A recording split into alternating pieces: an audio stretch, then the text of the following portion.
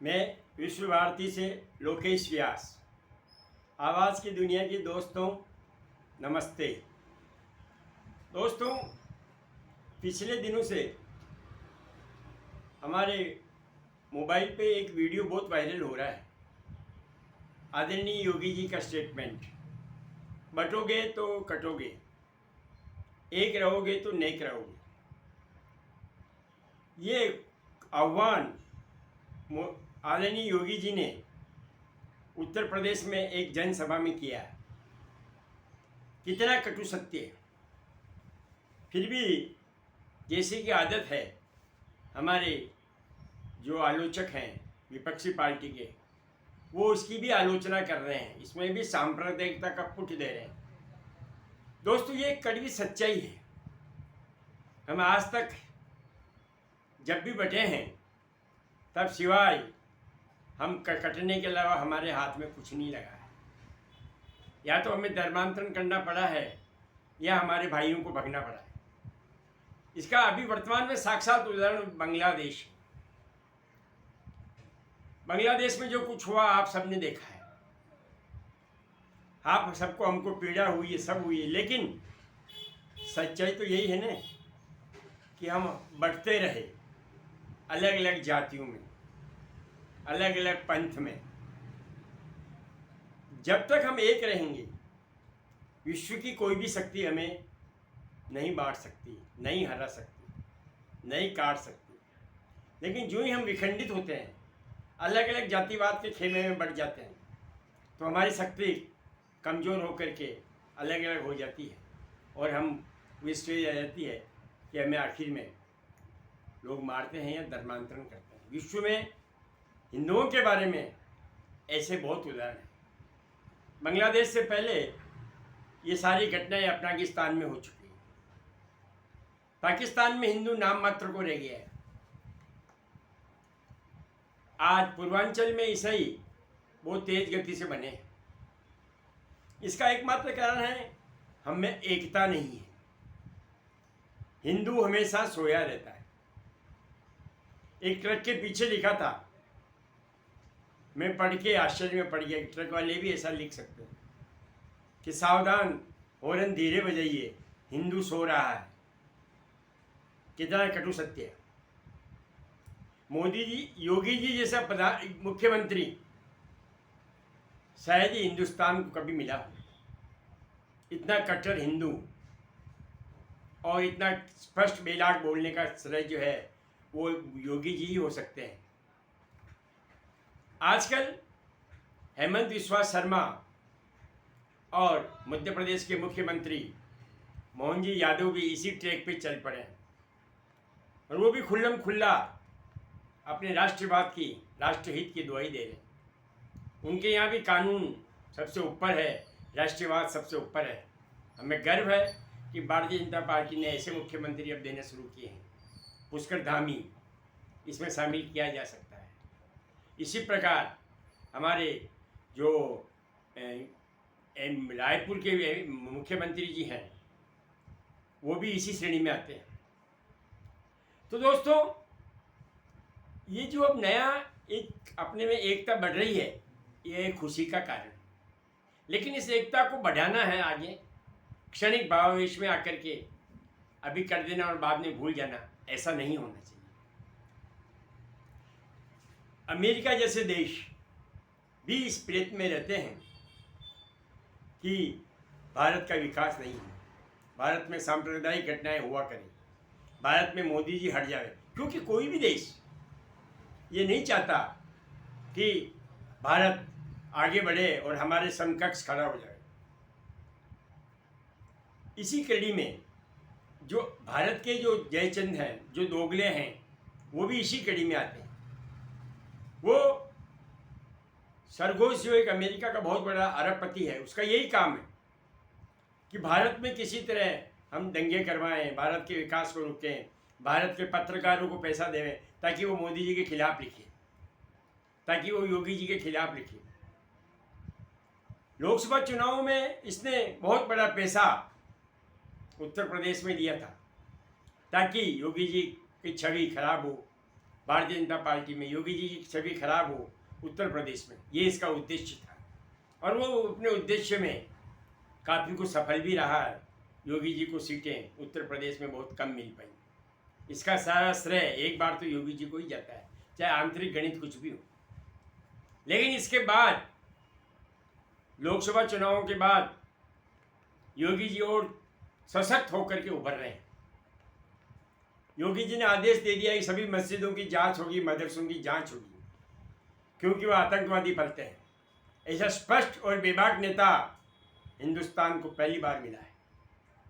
दोस्तों, हमको एक काम जरूर करना है कि हमें हमेशा योगी जी के साथ रहना है। हमें भारत को ही नहीं विश्व में भी दिखा देना है कि हम सब योगी जी के साथ खड़े हैं, क्योंकि योगी जी की ताकत आप और हम हैं। ऐसा बेबाक नेता, ऐसा बेबाक मुख्यमंत्री, ऐसा बेबाक साधु संत हिंदुस्तान को पहली बार मिला है। ये हमको ध्यान में रखना चाहिए। हमारे आदरणीय विपक्षी दल के नेता राहुल जी गांधी, वो बार बार आजकल एक ही रट गा रहे हैं, जातिवाद जातिवाद। हास्यास्पद तरीकों से उन्होंने यहाँ तक कह दिया कि जितनी भी विश्व सुंदरी हुई है उसमें दलित कोई नहीं थी। दोस्तों, कितनी हंसी आती है। उसका चुनाव क्या मोदी जी करते हैं? इसी प्रकार उन्होंने कहा कि जो ओलंपिक में खेलने दल गया उसमें दलितों की संख्या न के बराबर थी। तो खेल तो अपनी प्रतिभा के आधार पर खेले जाएंगे, जातिवाद के आधार पर थोड़ी खेले जाएंगे। जो प्रतिभा दिखाएगा उसको जरूर भेजेंगे। उसमें चाहे जातिवाद ही नहीं, धर्म का भी आधार नहीं होता है। लेकिन उनका उद्देश्य तो यही है ना, किसी तरह जातिवाद भड़काओ और हिंदू धर्म को विखंडित करो। इन सब के पीछे अगर कोई उद्देश्य है उनका, सिर्फ एक है कि जातिवाद को भड़काओ, जातिवाद को विखंडित करो। जो राहुल जी हिंदू धर्म में जातिवाद की बात करते हैं, वो अपनी जाति तो बताए कि वो किस जाति से बिलोंग करते हैं। वो अपनी जाति के बारे में क्यों नहीं बात करते? वो क्यों नहीं कहते कि मैं इस जाति का हूं? कभी वो हिंदुओं के पक्षधर बन जाते हैं दिखाने को, कोर्ट के ऊपर जनेऊ पहनते दिखाने को। कभी कहते मैं शिव भक्त हूं। अरे शिव भक्त हो तो घोषणा करो कि मैं हिंदू हूं स्पष्ट रूप से, तो मालूम पड़ेगा कि वास्तव में आप हिंदू हैं। डरते हो वोटों के चक्कर में, हिंदू हो भी नहीं आप, ये सत्य है।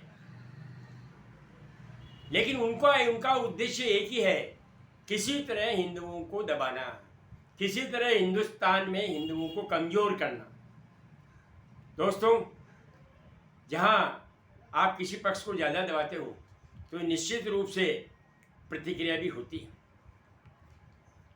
आपने अभी एक नया नारा चल पड़ा है। वो नया नारा जो है वो ही हिंदुस्तान की सफाई करेगा और आगे ले जाएगा। जात पात को करो विदाई, हिंदू हिंदू भाई भाई। ये नारा अब चल पड़ा है और कई शहरों में लोग इसी नारे को लगाते हुए जुलूस निकालते हैं। बहुत अच्छा नारा है, हमें इसको फॉलो करना है, पालन करना है और जातिवाद को प्रश्रय नहीं देना। सब जातिवाद हिंदू है। क्या बांग्लादेश में जब हिंदुओं की हत्या हो रही थी, क्या अफगानिस्तान में जब हिंदुओं की हत्या हो रही थी, औरतों को लूटा जा रहा था, उस समय कोई पूछ रहा था क्या कि आप कौन सी जाति के हैं? आप दलित हैं, आप यादव हैं, आप ब्राह्मण? कोई पूछ रहा था? सिर्फ एक चीज़ पूछ रहा था, हिंदू है काटो, हिंदू है औरतों को लूटो।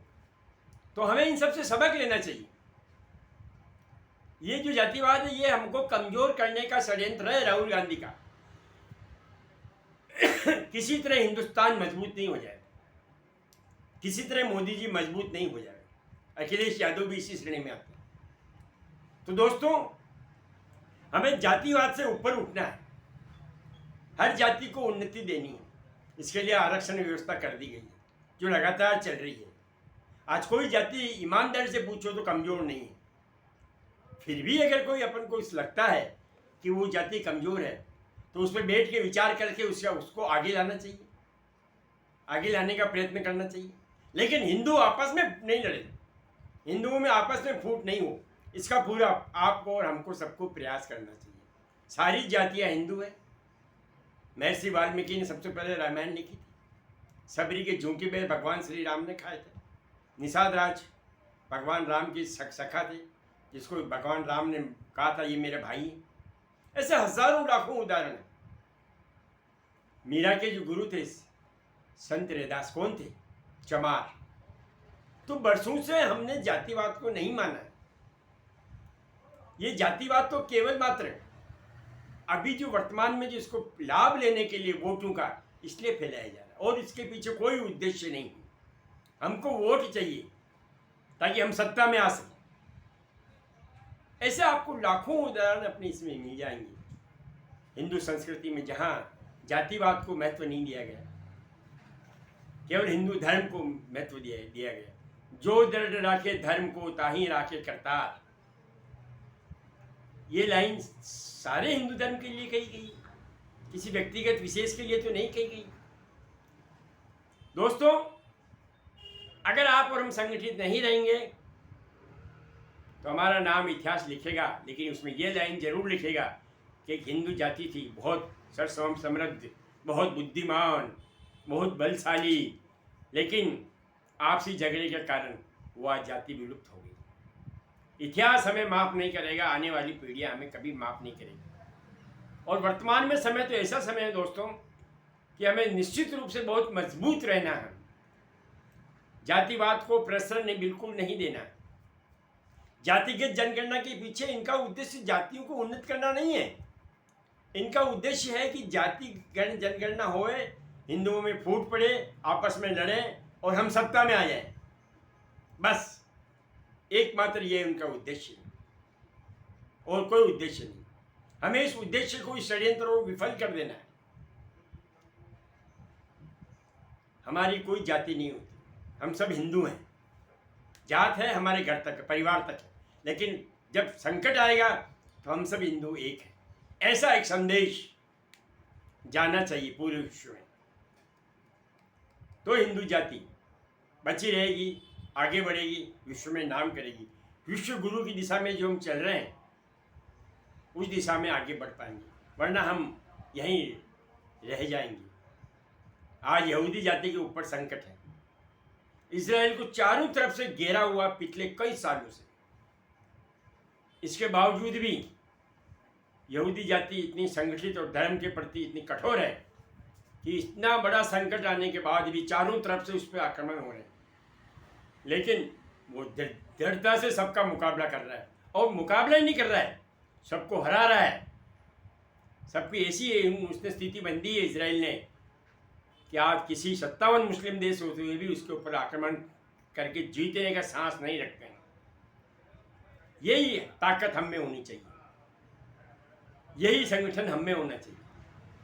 मैं यहूदी जाति को सलाम करता हूँ कि उन्होंने इतना बड़ी ताकत अपने आप को बता रखी। तो दोस्तों, आज के वीडियो में इतना ही कह करके मैं अपनी वाणी को विराम देता हूँ और आपसे गुजारिश करता हूँ, अगर ये वीडियो आपको अच्छा लगा हो तो आप इसे निश्चित रूप से लाइक करें, सब्सक्राइब करें। धन्यवाद। जय श्री राम।